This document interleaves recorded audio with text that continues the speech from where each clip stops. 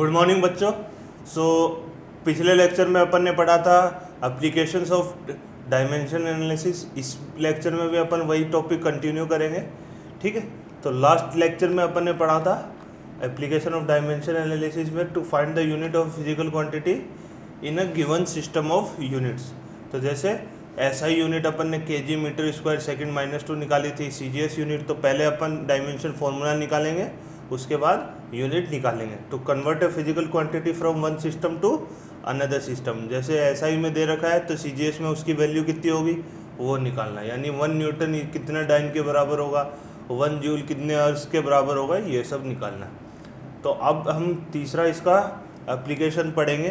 तीसरा एप्लीकेशन है to check the dimension correctness of a given physical quantity, कि वो डायमेंशनली कोई भी फिजिकल क्वांटिटी की जो दे रखा है वो करेक्ट है या नहीं है, कोई भी इक्वेशन वो अपन चेक करेंगे, ठीक है। तो मैं लिखता हूँ third, to check the dimension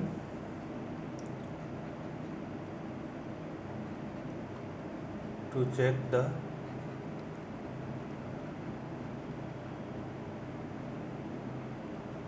dimensional correctness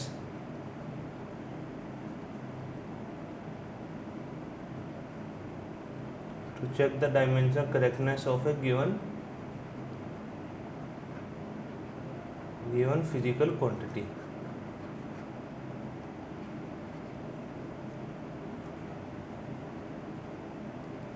given physical quantity यानी मतलब आप इसको बेसिक ऐसे समझिए कि अगर आपको 5 किलो चीनी में 2 किलो चीनी ऐड करनी है तो आप उसको 2 किलो चीनी ऐड करोगे, राइट। ऐसे तो नहीं है 5 किलो चीनी में आप 2 किलोमीटर ऐड कर दोगे। आप 5 किलो चीनी में 2 किलोमीटर ऐड नहीं कर सकते। तो किसी भी फिजिकल क्वांटिटी में ऐड और सब्ट्रैक्ट करेंगे तो उसकी दोनों की यूनिट सेम होनी चाहिए, दोनों की डायमेंशन सेम होनी चाहिए, अदरवाइज आप उसको ऐड नहीं कर सकते। तो based on principle of homogeneity, यहाँ पे लिखूंगा based on principle of homogeneity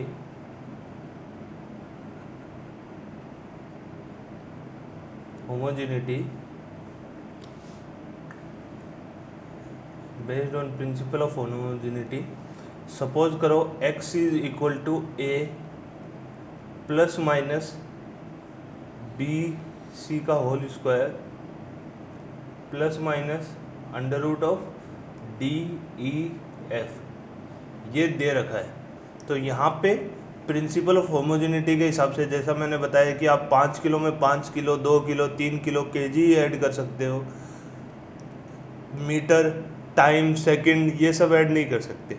तो यानी जो x की a की जो डायमेंशन होगी वही BC स्क्वायर की डायमेंशन होगी, वही रूट DEF की डायमेंशन होगी और वही x की डायमेंशन होगी।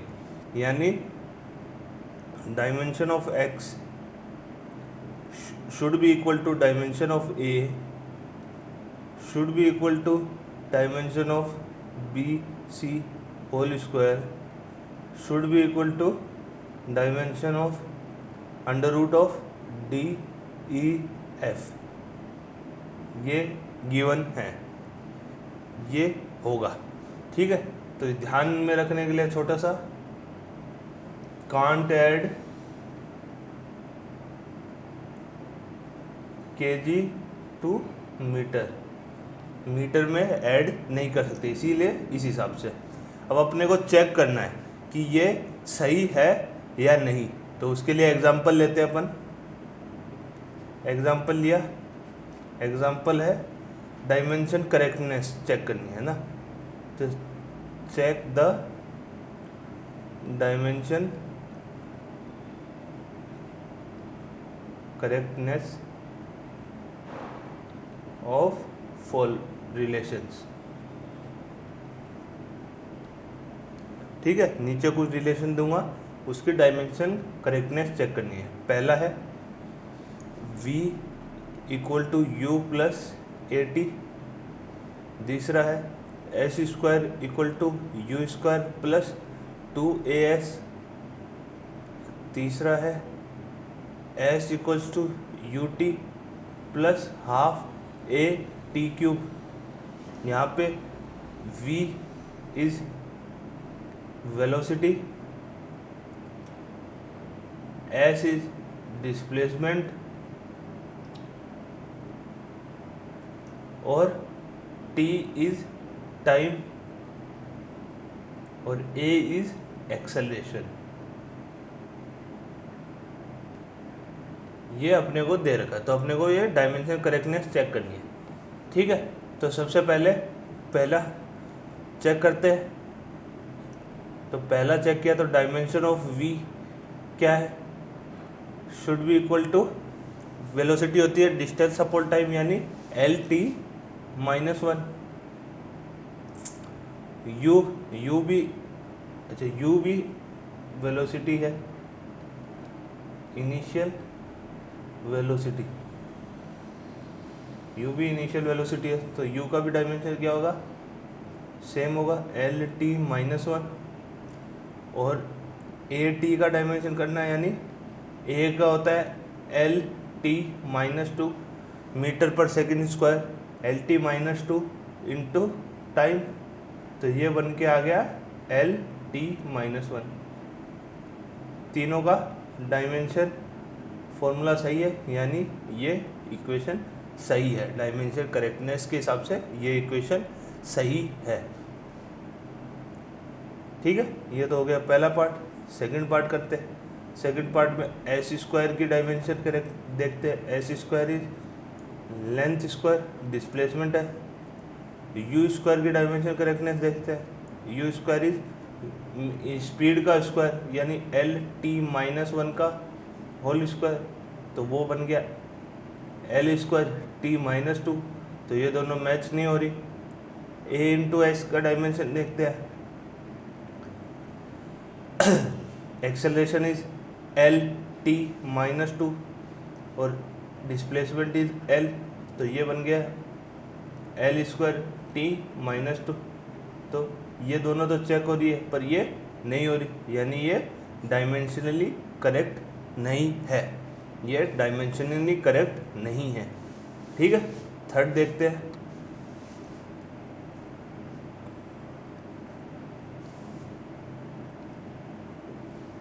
S equals to U T plus half A T cube,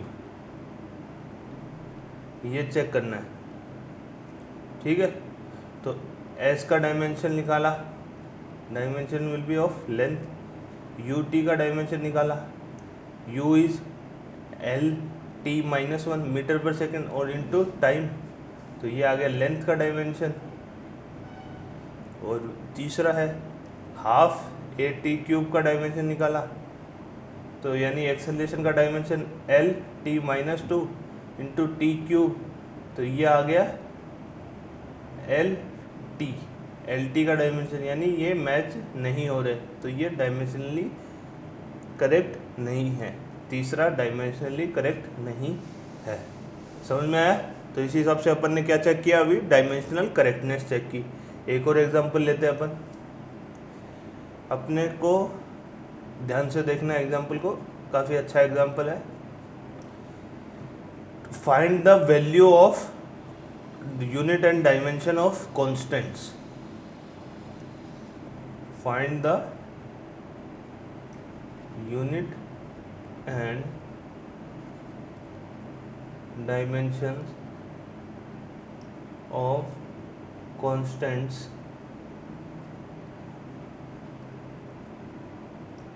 constant A B R in relation दे रखा है P plus A upon V square into V minus B is equal to R T, where P is pressure will be force upon area, V is volume and T is temperature। ठीक है। तो अपने को ये निकालना है A B और are का, ठीक है। तो सबसे पहली चीज़ अपन क्या करेंगे, अपने को ये देखना है कि V से वॉल्यूम से कुछ घट रहा है, तो वॉल्यूम से कुछ घटेगा तो उसके डायमेंशन भी क्या होगी, ऑफ कोर्स वॉल्यूम होगी। वॉल्यूम से आप ऐड कर रहे हो या सब्ट्रैक्ट कर रहे हो तो उसकी डायमेंशन भी वॉल्यूम ही होगी। तो यहाँ पे dimension of B should be equal to dimension of V, यानी L3। तो B का डायमेंशन निकल गया। सिमिलरली जो प्रेशर का डायमेंशन होगा वही डायमेंशन होगा A/V² का, यानी dimension of A dimension of V²। अब प्रेशर का डायमेंशन क्या होता है, प्रेशर का डायमेंशन होता है फोर्स अपॉन एरिया। फोर्स होता है MLT-2, MLT-2, ये तो फोर्स हो गया, force upon area upon L², area L², यानी प्रेशर की आ गई वैल्यू ML-1T-2। तो ये किसके इक्वल होगा, अब यहाँ से A का डायमेंशन अपॉन वॉल्यूम का स्क्वायर यानी L⁶ equal to A L⁶। तो यहाँ से A का जो डायमेंशन आया वो आया ML⁵ T⁻², ठीक है। तो ये अपना आ गया A का डायमेंशन, क्योंकि इन दोनों का भी डायमेंशन सेम होगा, ठीक है। अब R और T का डायमेंशन क्या होगा, pressure into dimension of RT will be equal to pressure into volume, क्योंकि ये वॉल्यूम का है और ये प्रेशर का है, ठीक है। तो dimension of R into dimension of temperature is kelvin will be equal to, pressure का क्या निकाला था, प्रेशर का आया था ML-1 T-2 और वॉल्यूम का आ गया L3। तो यहाँ से आ गया ML-2 T-2, ML+2 T-2, ठीक है। ये हो गया R इंटू केल्विन का। तो R का जो डायमेंशन आएगा वो कितना आएगा, वो आएगा ML+2 T-2 K-1। ये आ गया R का डायमेंशन फॉर्मूला, ठीक है। ये आ गया R का, ये आ गया थर्ड R का, कूल। तो इस तरह से अपन कोई भी फॉर्मूले की डायमेंशनल करेक्टनेस चेक कर सकते हैं। फोर्थ इसके एप्लीकेशन पे जाते हैं। थर्ड एप्लीकेशन अपन ने डिस्कस कर ली, to check the dimensional correctness of a given physical quantity. कोई फिजिकल क्वांटिटी दे रखी है तो उसकी डायमेंशनल करेक्टनेस अपन चेक कर सकते हैं। चलो अब आते हैं फोर्थ पे।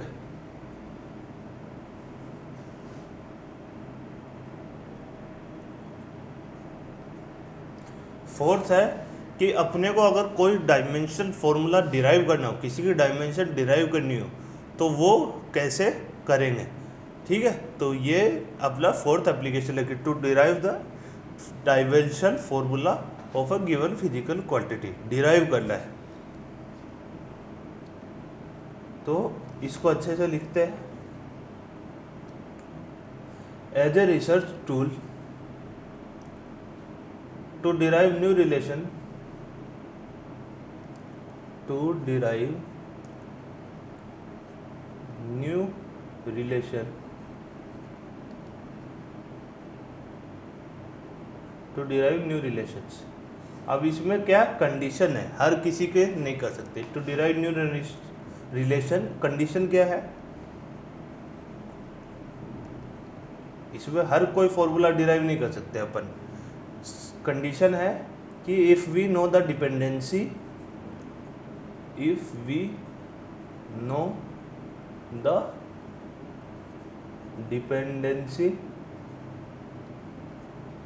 ऑफ,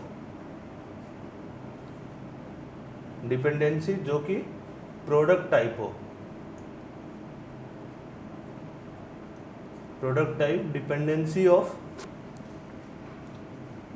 फॉर्म, डिपेंडेंसी मतलब अगर अपन डिपेंडेंसी जानते हैं प्रोडक्ट टाइप, एग्जांपल से समझते हैं, ठीक है, इधर कंफ्यूज मत हो। तो देखो है क्या, एग्जांपल सोचो, एग्जांपल से समझते हैं।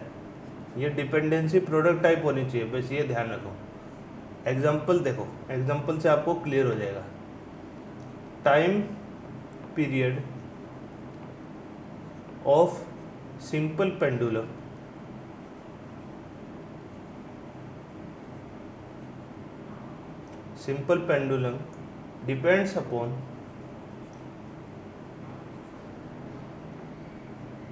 depends upon mass, length of wire, acceleration due to gravity,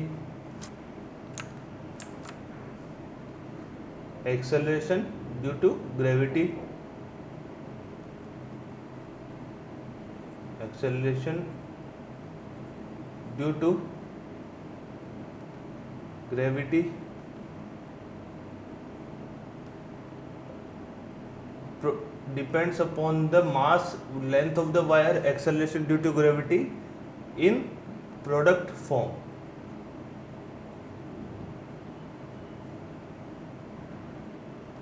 Find formula of time period. अब टाइम पीरियड का फॉर्मूला निकालना है, ठीक है।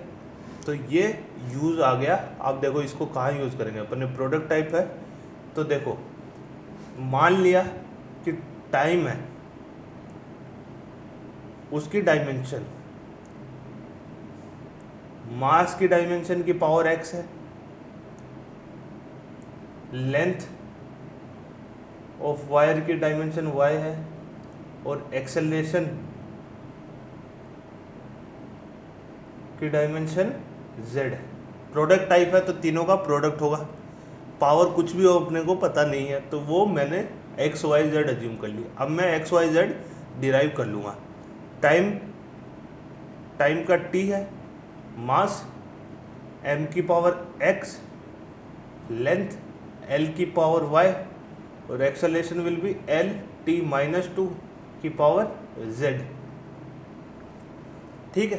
तो यहाँ से मेरे को क्या हुआ, थोड़ा सा और सिंप्लीफाई करें तो मास की पावर x, l की पावर y माइनस y प्लस z, और टाइम की पावर y माइनस 2z, और ये इधर आ गया टाइम। यानी इधर से क्या पता चल रहा है कि x तो होगा, वो होगा 0, y प्लस z क्या होगा, वो भी 0 होगा, और तीसरी कंडीशन y माइनस 2z है, उसकी वैल्यू होगी 1, ठीक है। तो यहाँ से आ गया y equal to minus z, तो यहाँ पे पुट किया तो 3y equal to 1, y equal to 1/3, z equal to minus 1/3। तो यहाँ से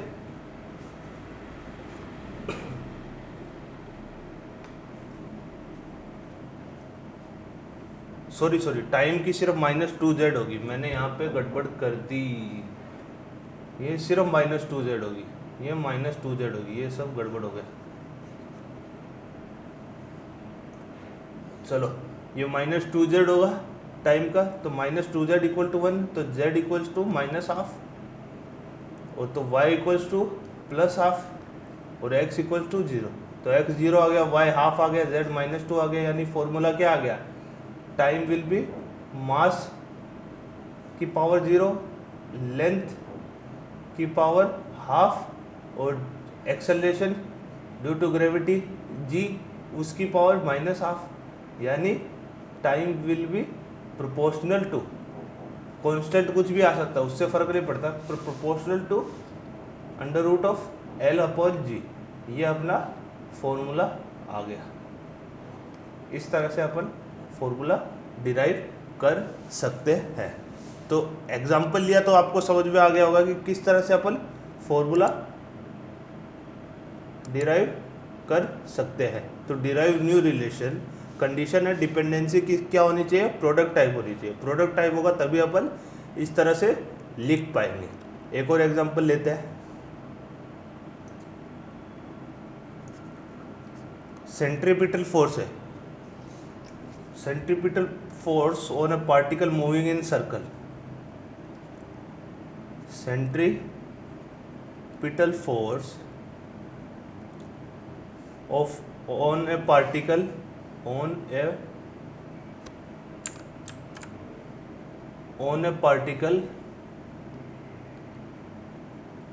moving in circle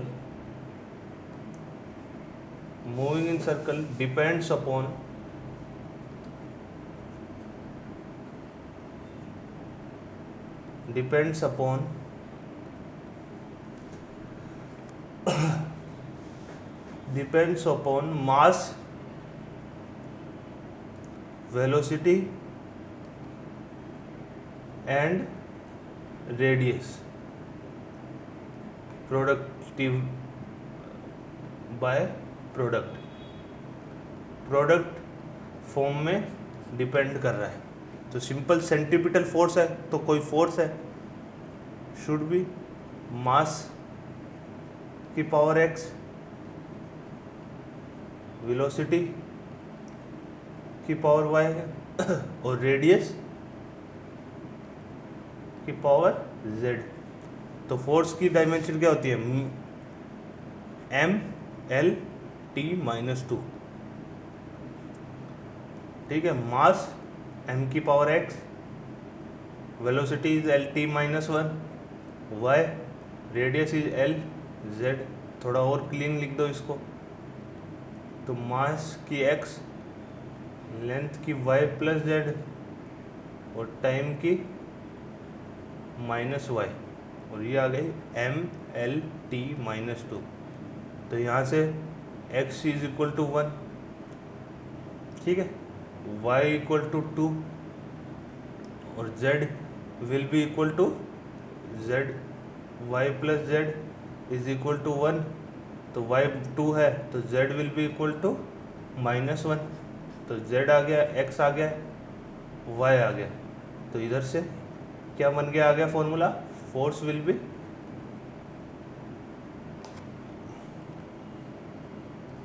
फोर्स का क्या बन के आ गया,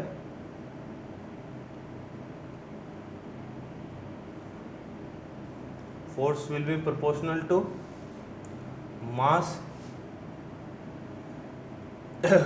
वेलोसिटी का होल स्क्वायर और अपॉन रेडियस mv²/r के प्रोपोर्शनल होगा। तो ये आ गया इसका फॉर्मूला। तो इस हिसाब से अपन इसका फॉर्मूले डिराइव कर सकते हैं। ठीक है, एक और एग्जांपल लेते हैं।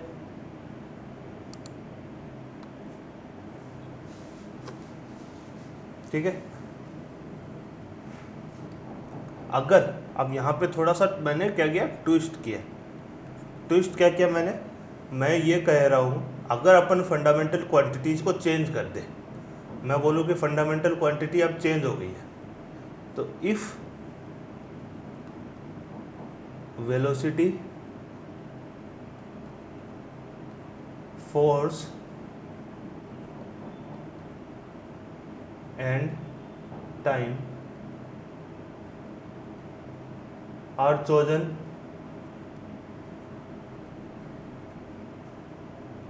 as fundamental quantities,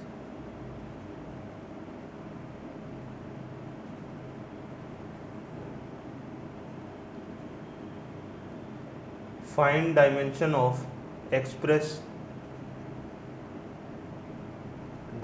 of mass express dimension of energy in terms of these.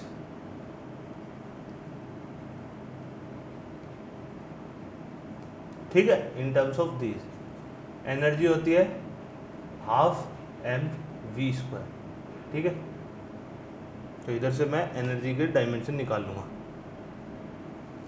तो देखो अब यहाँ पे क्या हो गया, same mass will be equal to velocity की पावर एक्स, फोर्स की पावर वाई और टाइम की पावर जेड.